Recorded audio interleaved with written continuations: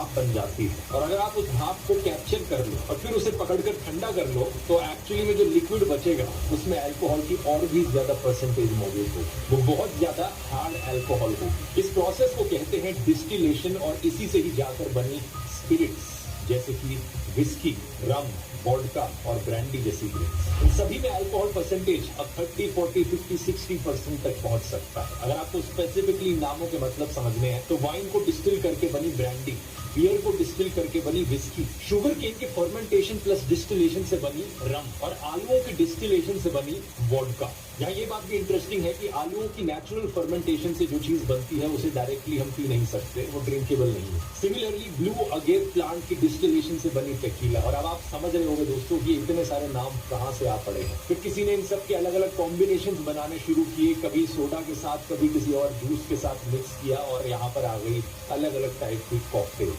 लेकिन बात यह है कि इन सभी तरीके की अलग अलग ड्रिंक्स में एक चीज कॉमन है और वो है इथेनॉल, जिसे हम अल्कोहल कहते हैं। अब सवाल ये उठता है कि आपकी बॉडी पर इसका क्या असर पड़ता है जब आप अल्कोहल को कंज्यूम करते हो। शराब आपके मुंह से होकर खाने की नली से नीचे पेट में जाती है। पेट तो इसे थोड़ा बहुत ही सोख पाता है, करीब 20%। असली काम इसकी डाइजेशन का होता है स्मॉल इंटेस्टाइन।